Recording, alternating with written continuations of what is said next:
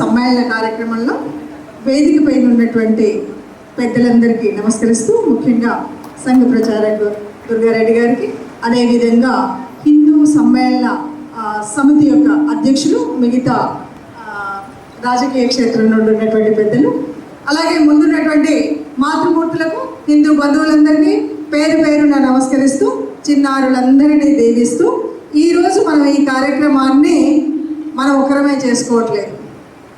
దాదాపుగా దేశం అంతటా కూడా హిందూ సమ్మేళన కార్యక్రమం చేసుకుంటున్నాం. మనం హిందువులం. నిజం చెప్పాలంటే ఇది హిందూ దేశం. ఎవరు ఏమన్నా ఇది సెక్యులర్ కంట్రీ అన్నా నిజానికి ఇది హిందూ దేశమే. మనం హిందువులమే. హిందువులందరం ఉండేటువంటి ఈ దేశం మనకు ఒక్కటే ఉంది, ఇంకెక్కడా లేవు. అలాంటప్పుడు ఈ హిందూ దేశాన్ని కాపాడుకోవాలి. ఇది కాపాడుకోవాలి కాబట్టి మనం సమ్మేళనాలు చేయట్లేదు. మనందరం తెలిసి కానీ తెలియక కానీ కొన్ని రకాలైనటువంటి ప్రలోభాలకు లోనే అన్నీ మర్చిపోతున్నాం. ఇలాంటి సమయంలో 100 సంవత్సరాల ఉత్సవం ఎలా చేసుకోవాలి? మనం ఏమీ లేని మన పిల్లలకే ఒక పుట్టినరోజు చేస్తే అంగరంగ వైభవంగా చేస్తాం కదా. మరి ఆ అంగరంగ వైభవంగా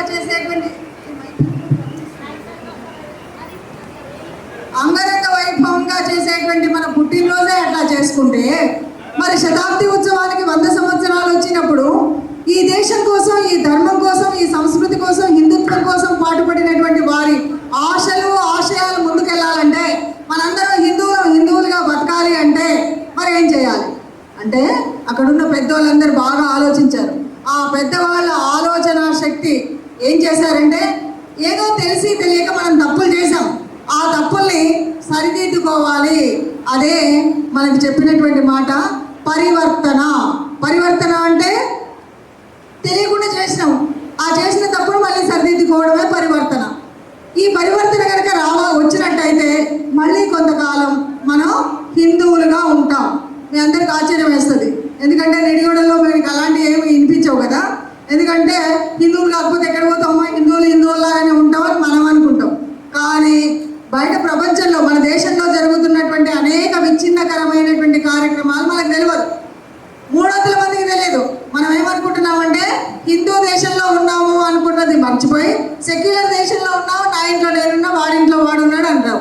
ఎవడింట్లో వాడున్నప్పటికి కూడా తెలియనటువంటి పైశాచిక కృత్యాలు ఎప్పటికప్పుడు కనబడుతున్నాయి. అవి మాత్రం మన వరకు చేరట్లేదు. అందువల్ల 5 చోట్ల మనం మార్పు చేస్తే, మనం పరివర్తన జరుపుకుంటే, మనల్ని మనం మార్చుకుంటే, మనం మళ్ళీ కొన్ని తరాల వరకు హిందూ దేశంలో హిందువులుగా ఉంటాం. మన పిల్లలు కూడా హిందువులుగా బతుకుతారు. హిందువులుగానే మనం ఇన్ని రోజులు చేసిన ఆచారం వ్యవహారం, మన ఇంట్లో చేసుకునే పండుగ, ఇంట్లో చేసుకునే పెళ్ళి అన్నీ కూడా మనం ముందు నుండి ఎట్లా చేసుకుంటున్నామో మన ఇంటి ఆచారం ప్రకారంగా అట్లా ఉంటాయి. అట్లా ఉండాలంటే 5 చోట్ల మార్పులు రావాలి అని పంచ పరివర్తన అన్నారు. పంచ పరివర్తన అని 5 చోట్ల మార్పు చేసుకుంటే మనం మళ్ళీ హిందువులుగా ఉంటాం. లేదు అంటే ఏమైతే రజాకార్ల సమయం మనకు బాగా తెలుసు కదా. తెలంగాణలో తెలిసేది ముఖ్యమైనది రజాకార్ల సమయం. ఎవడైనా బయటకు వచ్చి కనబడ్డాడు అంటే వాడి కత్తికి ఒక ముక్క చేసింది. అట్లాంటి పరిస్థితి మళ్ళీ రాకుండా ఉండాలంటే, లేదు అట్లా కాదు అంటే అసలు ఇందులో హిందువులు ఇంకెవ్వరు ఉండకుండా అందరూ కూడా బొట్టు తీసేసి, గాజులు తీసేసి, ఇంటి ముందర ముగ్గు మారేసి, పనికిరాని చర్చిల చుట్టూ తిరిగేటువంటి పరిస్థితి ఇంకొంతమందికి వస్తుంది. ఎప్పుడు వస్తుంది? మనం ఈ 5 విషయాల్లో మార్పు చేసుకోకపోతే. ఏంటో 5 విషయాల్లో మార్పు చేసుకోవాలి. ఎక్కడ చేసుకోవాలి అంటే, వాళ్ళు బాగా క్షుణ్ణంగా ఆలోచించి యోజన చేసి, ఇది కాదు ఈ 5 చోట్ల మనం మార్పు చేద్దామని అనుకున్నారు. మొట్టమొదటిది సామాజిక సమరసత. అవునన్నా కాదన్నా ఏదో వ్యత్యాసం కనబడి ఉంటుంది, దానివల్ల మన వాళ్ళు పక్కకి వెళ్ళారేమో అని మళ్ళీ ఒక ఆలోచన. ఎక్కడైనా ఏమైనా తప్పిదం జరిగితే ఆ తప్పిదాన్ని సరిదిద్దుకోవడం కోసం చేసేటువంటి ప్రయత్నం. కాబట్టి మనం ఇక్కడ ఏమైనా తప్పు జరిగిందా అంటే నిజానికి అయితే తప్పు జరగలేదు. మనకి ఎప్పుడూ కూడా మన దేశంలో అంటే సనాతన ధర్మం అని చెప్పినటువంటి ఆనాటి రాముడి కాలం నుండి ఈనాటి వరకు కూడా మన దగ్గర వర్ణాలు ఉన్నాయి, ఒప్పుకుంటాం. ఈ వర్ణాల్లో ఎవరి వర్ణం వాళ్ళు, ఎవరి పని వాళ్ళు చేస్తూ అందరి పనులు ఒక కుటుంబానికి కావలసినటువంటి అన్ని విషయాల్లో సహకారం ఉండేది. అన్ని చోట్ల మనం చెప్తున్నాం. ఎప్పుడు నేను ఒక మాట చెప్తుంటాను, ఎక్కడన్నా సరే ఎవరైనా సరే మన ఊర్లో ఒక పెళ్లి కావాలంటే అన్ని కులాల వాళ్ళు ఉండాలా, ఒక్కడే ఉంటే వాడి ఇంటింట్లో పెళ్లి చేసుకుంటాడా? పెళ్ళే కాదు, ఒక చావు అయినా సరే పెళ్ళి అయినా సరే అన్ని రకాల కులాలు ఉంటేనే మనకి పెళ్ళి అవుతుంది. కానీ మనం ఎప్పుడు కూడా కులం ఎంచి ముందు నుండి కూడా కులం ఎంచినటువంటి ఏర్పాటువాదం ఎప్పటి నుండి ప్రారంభమైందంటే మనం ఈ తరం కదా. అవును అవును వాళ్ళు అలాగే చెప్తున్నారు అని ఈ ఓట్ల లెక్కల్లో కుల గణనలో ఇవన్నీ నిజమే అనుకుంటున్నాం. ఒక్కసారి వెనక్కి వెళ్ళి చూడండి, మనకి స్వాతంత్రం వచ్చే ముందు స్వాతంత్రం ఇస్తామని వాళ్ళు అప్పట్లో విభజించి పాలించు అన్నటువంటి సూక్తిలో ఏర్పాటువాదం తీసుకురావడానికి చేసిన మొదటి ప్రయత్నం ఒకవైపు మెకాలే విద్యా విధానం, రెండవ వైపు మీ కులాలు చిన్నవని మిమ్మల్ని దగ్గరకు రానివ్వట్లేదని, ఓహో మీది పెద్ద కులం మీరు సముద్రం దాటుతే మిమ్మల్ని వెలివేస్తారని, ఇలా రకరకాలుగా చెప్పి అక్కడ మొదలుపెట్టిన చిచ్చు రాను రాను, ఎందుకంటే మనకి స్వాతంత్రం వచ్చే 77 ఏళ్ళు అయిపోయింది కదా. అప్పటి నుండి ఇప్పటి వరకు మనం ఇక్కడ 77 ఏళ్ళు ఉన్న వాళ్ళు ఒకరో ఇద్దరు ఉన్నారు, వాళ్ళు ఉన్నప్పుడు పసిపిల్లలుగా ఉన్నారు కాబట్టి ఏం తెలియదు. అంతకు ముందు జరిగినటువంటి ప్రణాళికలో భాగంగా ఇప్పటి వరకు మనం ఈ కులాల చిచ్చులో మరిగిపోతున్నాం. నిజానికి ఒక్కసారి మళ్ళీ ఆలోచించి చూడండి అమ్మ, మీరందరూ మన పల్లెటూరులో ఎవరైనా సరే పెళ్ళైనాక చుక్కలు చూపెట్టరా మీరు? అరుంధతి నక్షత్రాన్ని చూస్తారా లేదా? తల్లి అరుంధతి ఏ కులంలో పుట్టిందో తెలుసా ఎవరికైనా? మాల కులంలో పుట్టింది, తెలుసా?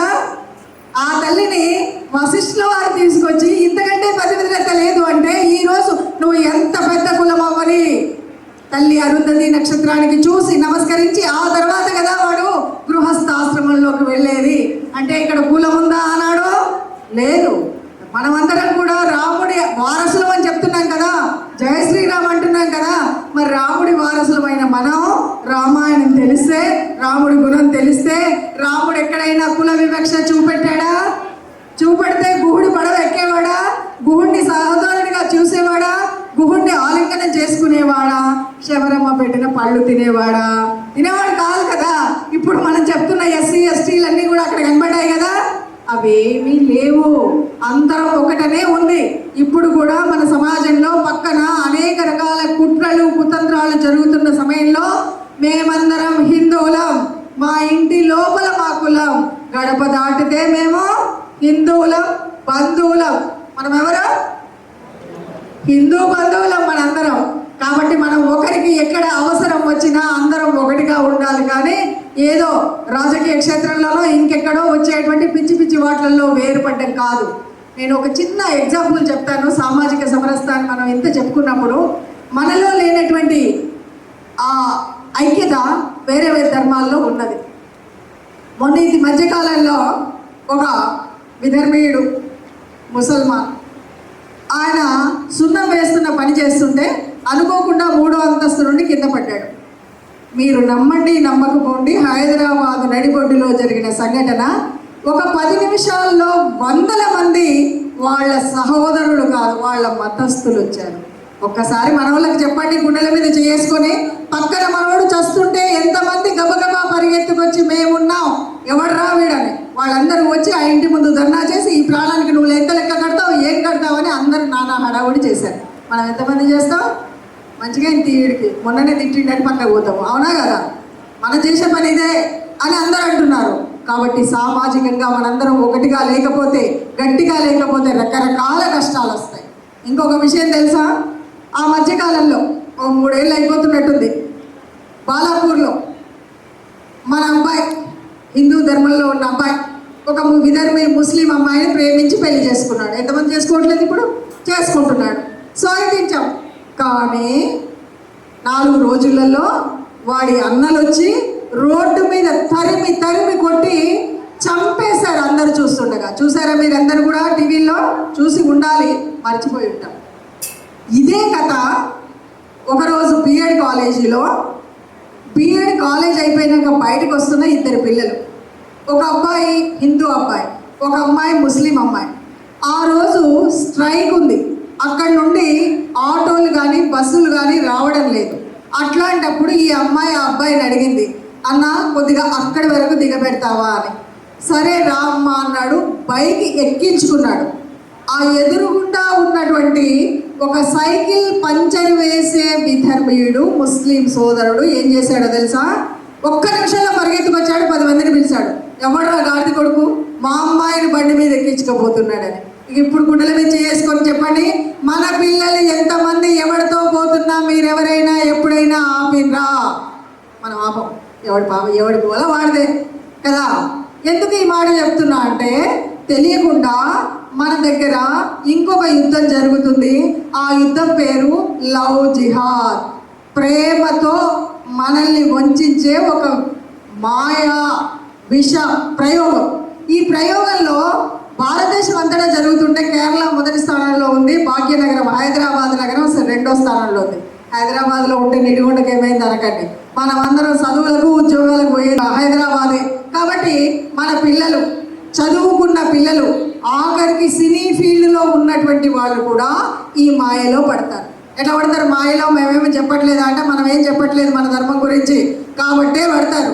వాళ్ళు ఎట్లా పడేస్తున్నారు అంటే, వాళ్ళకి ముందుగా మంచి కుర్రోడిని సెలెక్ట్ చేస్తారు. వాళ్ళు మంచిగానే ఎర్రగా బుర్రగా. సీరియల్స్ చూడకపోతే మీరు టీసీఎస్లో ఏం జరిగిందో కూడా మీకు తెలుస్తుంది. టీసీఎస్లో జరిగిన సంగతి తెలియదు అంటే మనం హిందువులుగా ఉంటే కాస్త బాధపడాలి. అయ్యో మన హిందుత్వం ఇదేనా? ఏదో ఇంట్లో పూజ చేసుకుంటున్నాం, వాళ్ళు రమ్మంటే వచ్చినాం, ఇంతసేపు ఎండలో వచ్చినాం, ఈ కష్టం మాకెందుకు, పోయేటప్పుడు మేము పోతామా లేదా అనే బాధలన్నీ ఉండవు. అరే నా హిందూ ధర్మం మీద ఎంత కష్టం, వాళ్ళ కసి ఉందా అని మనకు అర్థమవుతుంది. వాళ్ళు ఏం చేస్తున్నారు తెలుసా? వాళ్ళకు ఓ చిన్న ఉద్యోగంలాగా ఓ బండి ఇస్తారు, పెట్రోల్ పోస్తారు, 10,000 ఇస్తాడు. ఇచ్చిన తర్వాత వాడు మన అమ్మాయిని పటాయిస్తే, భాష బాగోలేదనుకుంటా అయినా సరే చెప్తున్నా, మన అమ్మాయిని ప్రేమలోకి దించితే, బ్రాహ్మణ అమ్మాయి 15 లక్షలు వస్తాయి పెళ్లి చేసుకుంటేవాడు, రెడ్డిస్ ఓ 10 లక్షలు వస్తాయి, వైశ్యాస్ ఇంకో 8 లక్షలు వస్తాయి. ఇలా వాళ్ళు ఒక లెక్క వేసుకొని 5 లక్షల వరకు వాళ్ళకి అప్పచెప్తారు. ఈ 5 లక్షల లోపల 3 నెలల గ్యాప్లో ఎంత ఇస్తారు? నెలకి 10,000 ఇస్తారు, బండికి పెట్రోల్ ఇస్తారు. ఇది వాళ్ళ వ్యవహారం. ఇది నిజమా అని ఇప్పుడు అనిపించకుండా గూగుల్లో ఒకసారి లవ్ జిహాద్ అంటే ఏంటి, ఎంత జరుగుతుంది, హైదరాబాద్ పరిస్థితి ఏంటి, రోజుకు ఎంతమంది పిల్లలు మాయమవుతున్నారు. ఒకటి సరే పెళ్లి చేసుకున్నాడు, వాడి కర్మగాలి. ఈ పోరలు ఏమన్నా వింటారా? ఈడ బుద్ధిగా ఉండండి రా అంటే వినరు. ఈడేమో చాలా పొట్టి బట్టలు వేసుకొని ఫ్యాషన్ పేరు మీద హైదరాబాద్లో అందరూ అట్లా వేసుకుంటే, అమ్మ నాకెందుకు ఇట్లా కుట్టించినామని మన పిల్ల అడుగుతుంది. ఈడన్నీ ఇట్లా వేస్తుందా? పెళ్ళైన మరుసటి రోజు నిండు బురకాయ వేస్తుంది అమ్మగారు. ఏందమ్మా అని ఎవరైనా అడిగితే ఓ పిల్ల చెప్పిన మాట చెప్తున్నా, నేను చెప్పిన మాట కదా. ఆ పిల్ల ఏమందంటే, మా ఇంట్లో చాలా స్ట్రిక్ట్, మా అత్త ఇలాగే వేసుకోమంది. మరి మొన్నటిదాకా ఎందుకే అంత చిన్న బట్టలు వేసుకున్నామని ఎవరో అడిగింది పెద్దోళ్ళు. ఏం లేదు, మా అమ్మ ఎప్పుడు చెప్పలే బట్టలు నిండుగా వేసుకోమని అని చెప్పిందట. ఇప్పుడు మరి అమ్మలందరికీ నా మీద చాలా కోపం వస్తుంది. ఏంటమ్మా అందరు ఫ్యాషన్లో అమెరికాలో ఎక్కడో ఉంటే మీరు అట్లా చెప్తున్నారు అని. అది కాదు, సమాజంలో ఇన్ని రకాల రుగ్మతలు రాకుండా ఉండాలంటే మనందరం ఒకటిగా ఉండాలా ఉండొద్దా? ఉండొద్దా? ఉండాలి. హిందువుకు ఇక్కడ కాదు, బంగ్లాదేశ్లో హిందువుల్ని చంపుతున్నారు అనగానే బయటికి రాగలిగిన శక్తి మీకుందా? లేదు. మళ్ళీ ఆర్ఎస్ఎస్, మళ్ళీ విశ్వ హిందూ పరిషత్, మళ్ళీ ఇంకేదో వీళ్ళు మాత్రమే రావాలి. మీరు అప్పుడు ఈ విశ్వ హిందూ పరిషత్ అంటే ఏంది, ఆర్ఎస్ఎస్ అంటే ఏంది, ఏ పార్టీ, బీజేపీ అని అడుగుతారు. రాజకీయాలకి పార్టీకి దీనికి సంబంధం లేదు. సంఘ్ అనేటువంటిది ఒక నిర్దిష్టమైన భారతీయ సనాతన ధర్మాన్ని కాపాడుతూ ఈ తరతరాల వరకు ఈ ధర్మం ఉండడం కోసం చేసినటువంటి డాక్టర్ జీ ప్రయత్నమే ఈ ఆర్ఎస్ఎస్. 100 సంవత్సరాలు నిండిన తర్వాత కూడా మళ్ళీ మనకి ఈ స్థితి ఉంది అంటే అది ఉండకుండా ఉండడం కోసం మనం ఏం తప్పులు చేసామో ఆ తప్పుల్ని సవరించుకోవాలి. దానికోసం చేసే ప్రయత్నం. ఇక రెండవది కుటుంబ ప్రబోధ్. కుటుంబాలు ఎట్లున్నాయమ్మా? నిడిగొండలు మంచిగా ఉంటాయి. ఎందుకంటే తిట్టినా కొట్టినా ఏదో అంత ఆస్తో ఇల్లు వాకిలో ఉంటుంది కాబట్టి అత్త కోడలు కలిసే ఉంటుండొచ్చు. కాకపోతే చిన్నదో పెద్దదో ఉద్యోగం ఈ పల్లెటూరులో ఎవరు ఉంటారు? మా పిల్లలకి చదువు వస్తలేదంటే హైదరాబాద్ చెక్కేస్తాం, అక్కడ ఆట నడుపుకున్నా పర్వాలేదు కానీ ఆడు ఉంటారు. ఆడున్నప్పుడు ఆడికి రాగానే మారిపోతుంది తరీకా. ఎట్లా ఉంటుంది? ఆడికి వచ్చిన తెల్లారి నుండి అమ్మగారు చీర మారేసి మ్యాక్సీ వేసుకుంటుంది, కల్చర్. ఆ తర్వాత పొడుగు చుట్టూ కత్తిరించేసి చిన్న చుట్టు చేసుకుంటుంది, కల్చర్, కుటుంబం. అక్కడ నుండి అక్కడికి పోయినాక ఆడ పైసలు చాలుతలేవు పెద్దిల్లు కిరాయికి, అత్త మామ అస్సలు రావద్దు అక్కడికి. ఎందుకంటే పైసలు చాలుతలేవు, ఇల్లు కిరాయి పెద్దిల్లు తీసుకోవాలంటే కష్టం. ఇట్లాంటి కష్టాలన్నీ చేసుకొని అసలు మన కుటుంబం ఎక్కడుంది? కుటుంబం అంటే ప్రపంచంలో అన్ని దేశాలు కూడా ఇదిలా కుటుంబం భారతదేశంలో ఉంటుంది కదా అని చెప్పేవాళ్ళు కదా. ఆనాడు కాళిదాసే వాగార్థమివ సంపృక్త వాగార్థ ప్రతిపత్తి జగతపితరవు వందే పార్వతీ పరమేశ్వరం అన్నాడు కదా. కుటుంబం అంటే భారతదేశంలోనే ఉండాలన్నారు కదా. 7 జన్మలకు కూడా ఈ మొగుడే ఉండాలి అని కలలు కన్నాం కదా. 7 రోజులు పెళ్ళైనాక 7 రోజులు కదా 7 నెలలు అయ్యేసరికి విడాకులు ఎందుకు అవుతున్నాయి? మీ ఊర్లో అవుతున్నాయో లేదో తెలియదు కదమ్మా, హైదరాబాద్లో అయితే అవుతున్నాయి. అందుకని చెప్పాల్సి వస్తుంది. అంటే రేపు కూడా మన దగ్గర కూడా ఏమన్నా అవుతారు. ఎందుకు అవుతున్నాయి? కుటుంబంలో మన పెద్దవాళ్ళు చెప్పేటువంటి నీతి వాక్యాలు లేవు. పెద్దలు ఎప్పుడు కూడా సద్దుల మూటే. వాళ్ళు చెప్పేవి మీకు కోపం రావచ్చు.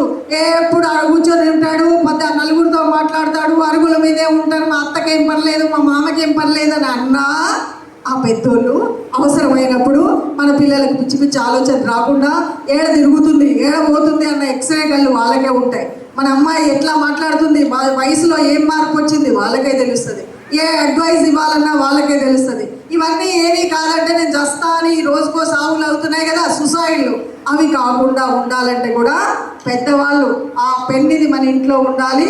పెద్ద కుటుంబాలు ఉండాలి, చిన్న కుటుంబాలు, చింతలేని కుటుంబాలు అనే దరిద్రపు వాక్యం నిజానికి మనది కాదు. ఆ ప్రారంభంలో ఎప్పుడైతే నిజానికి వాడెవడో పక్కోడు పాకిస్తాన్ అన్నప్పుడు హిందుస్థాన్ అనకుండా ఉన్నటువంటి కాలంలో వచ్చిన నష్టం ప్రపంచంలో జనాభా చాలా ఎక్కువ ఉంది, మనం 2వ స్థానంలో ఉన్నామనగానే ఒకడు హద్దు ఇద్దరు ముద్దు అని చెప్పినటువంటి దరిద్రపు వాక్యాలు ఏవైతే ఉన్నాయో వాటి వల్ల వచ్చిన నష్టం. ఈరోజు ఎంతమంది ఇళ్లలో 4కి ఎక్కువ ఉన్న సంతానం ఉంది? ఎంతమందిని కంటారా అని చూడకండి, నన్ను అడుగుతున్నా అంతే. ఏదో భ్రమ పల్లె కదా ఇంకా ఉండొచ్చు అని. మా చిన్నప్పుడు అట్లా ఉండేది. ఎప్పుడన్నా అమ్మమ్మ వాళ్ళ ఇంటికి వెళ్తే మొత్తం వాళ్ళు వీళ్ళు కలిపితే 10-15 మంది ఉండేటోళ్ళు. మేనమామలు 8 మంది, పెద్దమ్మలు ఇది, సెలవులకు పోతే వాళ్ళు వీళ్ళు అందరు కలిపితే 40 మంది పోరగాళ్ళు. ఈతలు కొట్టిన ఎండాకాలంలో వాళ్ళే, అమ్మమ్మ పెట్టిన పచ్చడి అయిపోయిన తర్వాత అలా కలిపిన అన్నం తిన్నా వీళ్ళే, ఏ మంచాలు ఎక్కినా చెట్లు ఎక్కినా దూకినా ఏం చేసినా 30 మంది 40 మంది సంతానం. ఇప్పుడున్నారా ఏదన్నా? అసలు సెలవులకు పంపిస్తున్నావా అమ్మమ్మ వాళ్ళ ఇంటికి?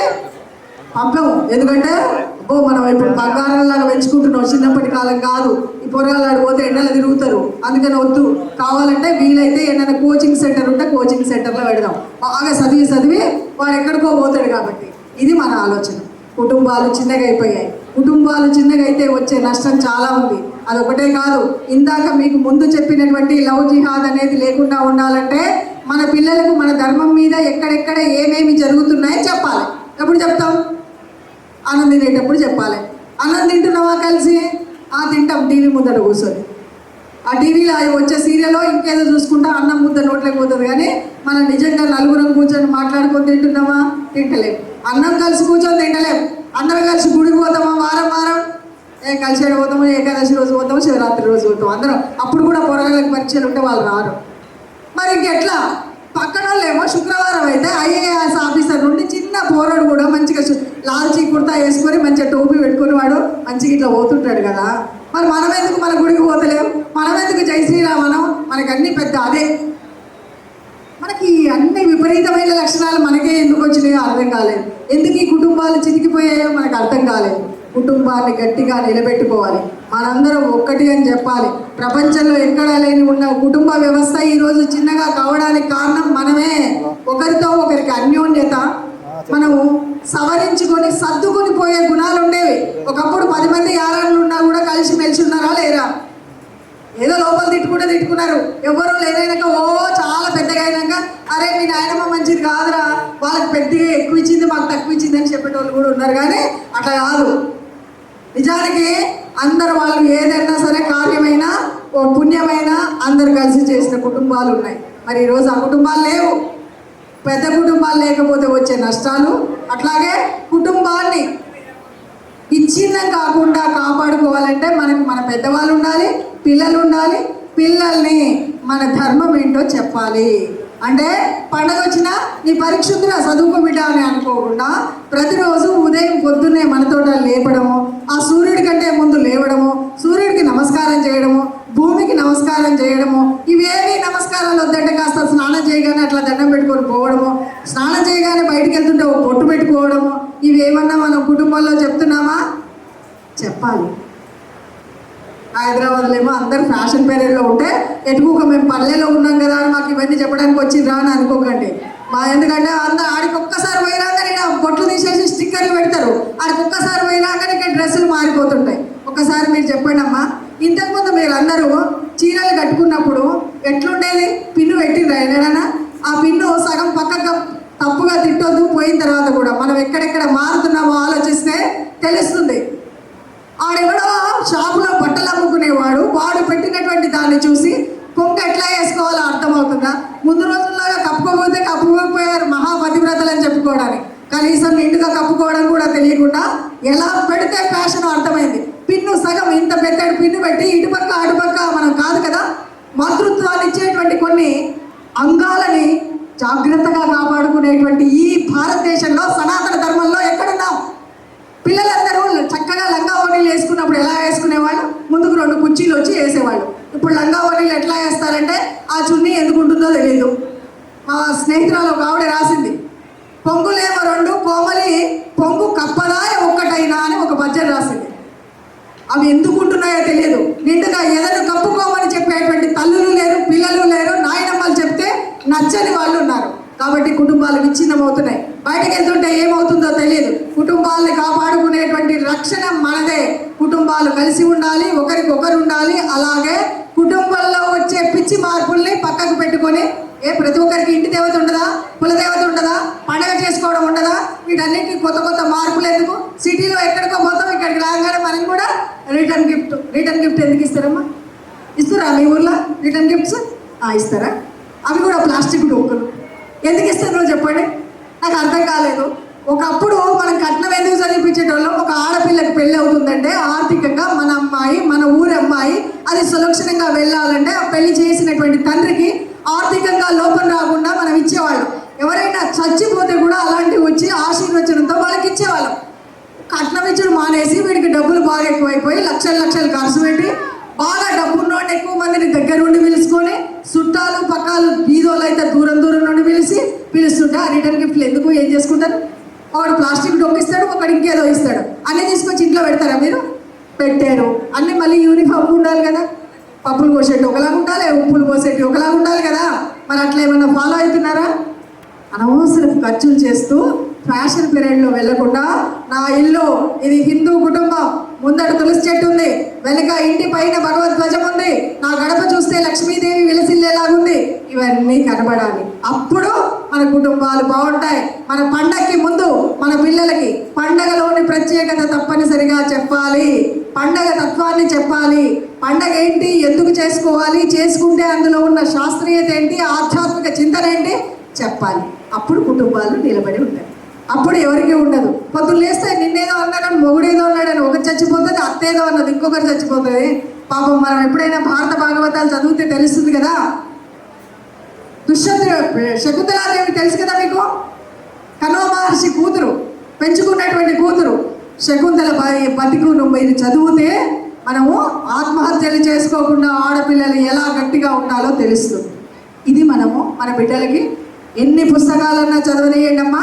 పుస్తకాల్లో ఉన్నది మస్తకంలో ఎంత ఎక్కుతుందో తెలియదు, కానీ మన ఆధ్యాత్మిక తత్వంతో పాటు మన హైందవ సంస్కృతి సంస్కారాలను ఎక్కించే ప్రయత్నం తప్పనిసరిగా పండుగ రోజు శనివారము సాయంత్రం అన్నం తినేటప్పుడు ఓ కథ రూపంలోనో పాట రూపంలోనో చెప్పవలసిన బాధ్యత కేవలం అమ్మదే కాదు, నాన్నది కూడా. అమ్మ నాన్నకి చాలా బిజీ ఉండి వాళ్ళు ఉద్యోగాలు చేస్తే తాతయ్య నానమ్మలది, అందరూ అమ్మమ్మ తాతయ్యలది, అందరూ చేయవలసినటువంటి బాధ్యత. మన కుటుంబాలని కాపాడుకోవాలంటే మన పిల్లలకు మన సంస్కృతి. మీ ఊర్లలో మీరు చిన్నప్పుడు ఎవరైనా చూసారా? ఎవరు చూడలేదా? అబ్బా నేనే అదృష్టవంతురాలు. అయితే మా చిన్నప్పుడు మా అమ్మ కుట్టేది, మరి ఇప్పుడు ఎవరు ఆవిడ కుట్టలేదు. ఆడికి పోయి కూడా వాడిని రూపాయలు కడతాడు. ప్లాస్టిక్ కవర్ లేదా, కవర్లు వేసి వేయా అంట. ఏ వస్తువు కొనాలన్నా ఇంటికి ప్లాస్టిక్ రోజుకి 10-15 వేస్తున్నాం. ఇవన్నీ ఎక్కడ పెడుతున్నాం? ఏమవుతున్నాయి? తర్వాత భూగర్భంలోకి పంపించాలి కదా. భూమిలో అరుగుతుందా? భూమాతకి అది అరుగుతుంది అనుకుంటున్నారా? కొన్ని వేల సంవత్సరాలైనా కరిగిపోయినటువంటిది ప్లాస్టిక్. దానివల్ల వచ్చే రోగాలు అనేకాలు. ఇప్పటికే క్యాన్సర్ అని అదని ఇదని తాగో ఓ లేదు డబ్బులు ఉన్నాయంటే మంచి జూట్ బ్యాగులు కొనుక్కొచ్చుకోండి, లేదు అంటే ఓ గుడ్డతో బ్యాగులు కుట్టి ఎప్పుడు కూరగాయలకు వెళ్ళినా ఎప్పుడు బజారుకు వెళ్ళినా ఆ బ్యాగులు వాడండి, ప్లాస్టిక్ ఇవ్వద్దు అని చెప్పి తెచ్చుకోండి. ఒక మార్పు, చిన్న మార్పు ఎక్కడ మొదలవుతుందో తెలుస్తుంది. అలా ప్లాస్టిక్ను మార్చాలి. దాంతోపాటు ఇందాక మనం అనుకున్నటువంటి రిటర్న్ గిఫ్ట్ల దగ్గర ఓ తులసి చెట్టు, ఏదో ఒక చెట్టుని మనం ప్రజెంట్ చేయడానికి ప్రయత్నం చేద్దాం. రిటర్న్ గిఫ్ట్లు ఇవ్వండి, ఆ అలవాటు అయిపోయింది కాబట్టి ఎంచుకోవాలి. అందుకని మనం ఏం చేయాలి, మొక్కల్ని నాటాలి, ప్లాస్టిక్ను వాడకుండా ఉండాలి అనేది చేస్తే మనం ఈ పర్యావరణాన్ని కాపాడుకొని ఇంకా కొన్ని రోజుల వరకు క్యాన్సర్ లాంటి జబ్బులు రాకుండా మనం ఉండగలుగుతాం. మన పిల్లలు పుట్టుకతోనే జబ్బులు వచ్చిపోయే కాలం రాకుండా ఉంటుంది. ఎందుకంటే ఆ భూమిలో కాలుష్యమైనటువంటి అవన్నిటి వల్ల తినే రోగాలు అనేకం వస్తాయి. కాబట్టి ఇది ఇంకొక పద్ధతి. నదుల్ని కాపాడుకుందాం మనం. అందుకనే మన సంస్కృతిలో, భారతీయ సనాతన సంస్కృతిలో చెప్పినటువంటిది ఏంటంటే గోమాత, భూమాత కదా, తులసీమాత, ఇవన్నీ ఎందుకు చెప్పారనుకున్నారు? మనం ఏ రోజో ఎప్పుడో ఇలాంటి పిచ్చి పని చేస్తామని ఆనాటి ఋషులు, ద్రష్టలు వాళ్ళకి తెలుసు. అందుకనే మనకు దేవతా స్వరూపాలుగా మన ముందు పెట్టారు. ఆ దేవతల్ని మర్చిపోయి మనము ఫ్యాషన్ పెరేడ్లో తిరుగుతుంటే వచ్చిన నష్టాలు. కాబట్టి ఈ రోజు నుండి వీలైనంత వరకు ప్లాస్టిక్ని వాడడం మానేద్దాం. చెప్పండి ఒక్కసారి, కాస్త నా సంతోషం కోసం అన్నా మానేస్తామని చెప్పండి. హాల్ వరకన్నా చెప్పండి. ప్లాస్టిక్ను మానేద్దాం. తర్వాత చెట్లను పెంచుదాం. పుట్టినరోజు అప్పుడు చెట్లను పెట్టిద్దాం పిల్లలతో పాటు. అది ఎక్కడైనా పెళ్ళో పేరెంటం ఉండి మనకు చాలా ఆనందంగా రిటర్న్ గిఫ్ట్లు ఇవ్వాలనిపిస్తే మొక్కల్ని పంచుదాం. ఇది మూడవది. చేసినటువంటి వాళ్ళని ఎప్పటి నుండో చెప్పుకున్నాం. మరి వాళ్ళందరూ బతకాలా, చచ్చిపోవాలా? బతకాల. అన్ని కులాల వాళ్ళు బతుకుతేనే మన స్వదేశీ బాగుపడుతుంది. కాబట్టి బొమ్మలు చేసేవాడు ఉండాలి, తట్టలు చేసేవాడు ఉండాలి. మనం ముందుగాల మన వాటిని వాడడం మనం నేర్చుకోవాలి. మన వస్తువులు ఫ్యాషన్ పెరేడ్లో స్టైల్గా ఏముంటుందో అది పట్టుకొని పోతా అంటే అసలు మన స్వదేశంలో మనం ఉన్నట్టు కాదు. స్వదేశంలో ఉండాలి అంటే అందుకే కదా రాముడు ఏమన్నాడు, యుద్ధం అయిపోయిన తర్వాత లక్ష్మణుడు చెప్పాడు, పాపం కాస్త భ్రమపడి అన్న ఈ లంకా నగరం ఎంత బాగుంది అన్నాడు. అప్పుడు చెప్పాడు కదా, జననీ జన్మభూమిశ్చ స్వర్గాదపి గరీయసే అన్నాడు. కన్న తల్లిని, కన్న భూమిని, కన్న వేషాన్ని, కన్నటువంటి మన మాతృత్వానికి సంబంధించిన ఏ విషయాన్ని కూడా మరిచిపోకండి అని చెప్పండి. మాతృభాష మాట్లాడితే కూడా కోపం వస్తుంది కొన్నిసార్లు. మనం సిటీకి పోయినామా, ఏదైనా చిన్నపాటి ఉద్యోగం చేసినామా, మన పిల్లలు తెలుగులో మాట్లాడితే కూడా కోపం వస్తుంది. అరే అన్ని పైసలు పెట్టి ఫీజు కడితే ఒక్క ఇంగ్లీష్ ముక్క మాట్లాడతలేవురా, ఏం చెప్తున్నాడా అని.